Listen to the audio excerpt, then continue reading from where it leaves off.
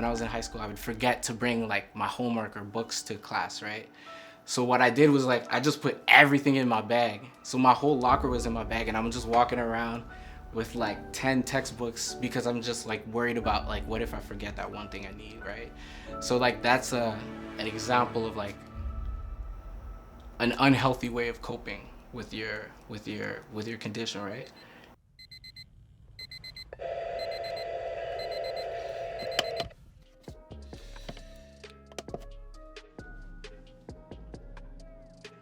Hey yo, Cal, I'm heading to Brewer Park, House of Paint around 3 o'clock.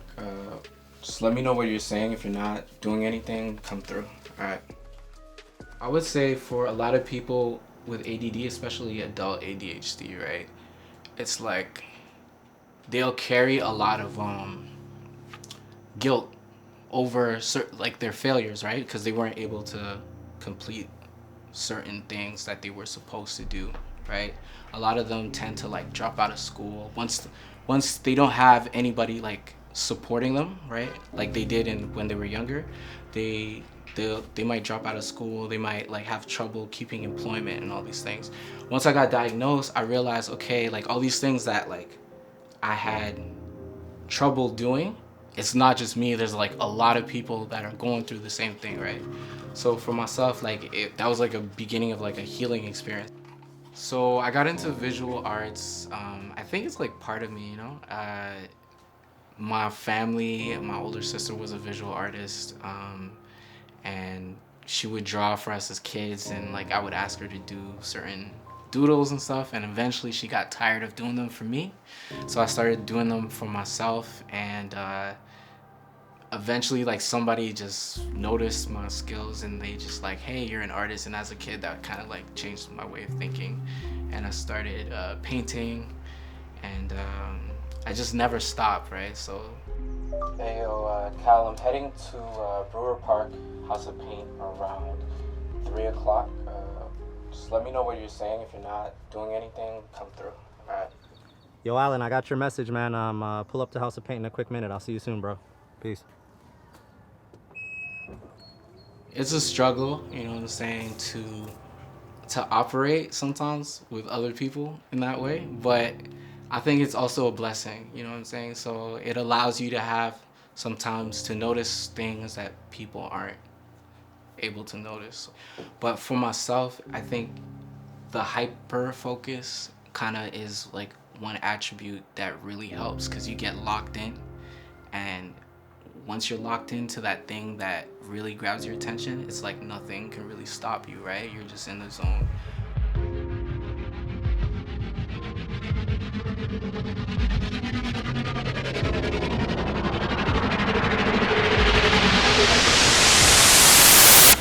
Step out of the car. No, you don't have the Now right. to the latest on Sandra Bland, the woman who was found dead in a Texas jail cell.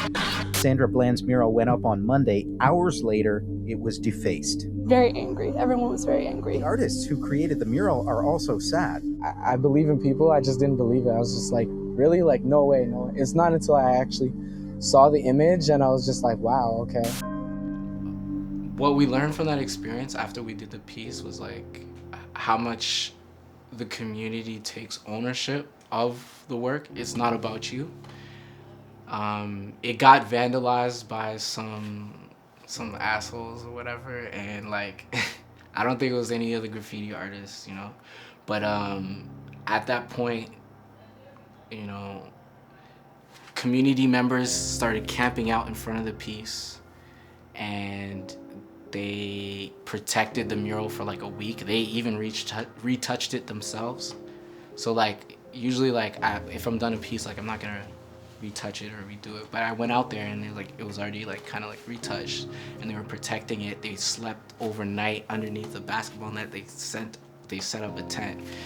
So when the George Floyd thing happened, like we had already realized like our role as artists in the community. It's kind of like we have almost like I won't say it's like a responsibility, like we owe it, but it's just like when we create something, it's like it's for the community. They get a chance to express their solidarity with things that are going on around the world, right? So like we decided to paint a piece along with artist Jimmy Baptiste from Montreal, to kind of like show solidarity with what was going on, all the protests in the States. And it was like, we decided to write like the resistance continues. It's like kind of just like calling back to like the Panthers back in the day.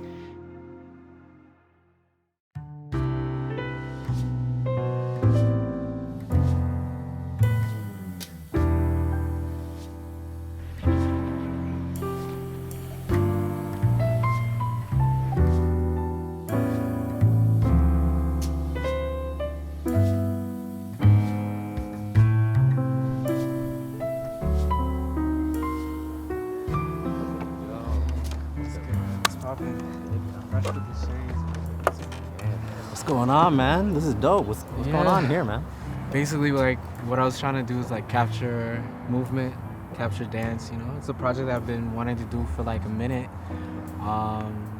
Like in high school, like Snap Your Fingers came out and all these dances, and like I always wanted to like capture it, capture like these dance movements that's been going on, but kind of like in a way where that seemed like more artistic, kind of celebrating the art form, giving homage to, you know, street dancers. Tight. Yeah. This is tight. What I love about it is the smiles on their faces, you know what I'm saying? Like for me, it's like, it kind of broadcasts like a beam of like, you know, joy, you know? You don't want to like kind of like always focus on like tragedy, you know what I'm saying? And I don't always want to focus on even activism, right? Like as a black person, I'm dealing with racial, like you almost, it gets to the point where you're looking at the world through a racial lens all the time. Like in every situation, you're just like, is it because I'm black? You know, and I think that takes away a lot of color and a lot of dimension out of like life, you know? If every situation is colored with that, you know what I'm saying? So for this piece, it's just a celebration of like that street dance culture that I always admired. If I were to talk to my past self, I think the first thing I would want to say is that it's all about your purpose. Like in life, like your whole existence is really about finding meaning and finding a purpose. And the greatest gift and the greatest, like, I guess, challenge is that we're not given a purpose automatically. Like you have to find it yourself, you know? But like once you have that, then everything else falls into place, you know? So my name is Allan Andre, Art Life Andre. I'm a painter in Ottawa, Gatineau region. I believe art is life, and I kind of make sure that my everyday I'm like creating, leaving, you know, trying to leave like that influence out there and inspiring. I think sometimes a visual artist or a creative is almost like it's like being a professional kid, you know, like at the end of the day you get to like, you can't complain, you get to paint, you get to think of videos, media, and sky's the limit, right? So you're always pushing your imagination.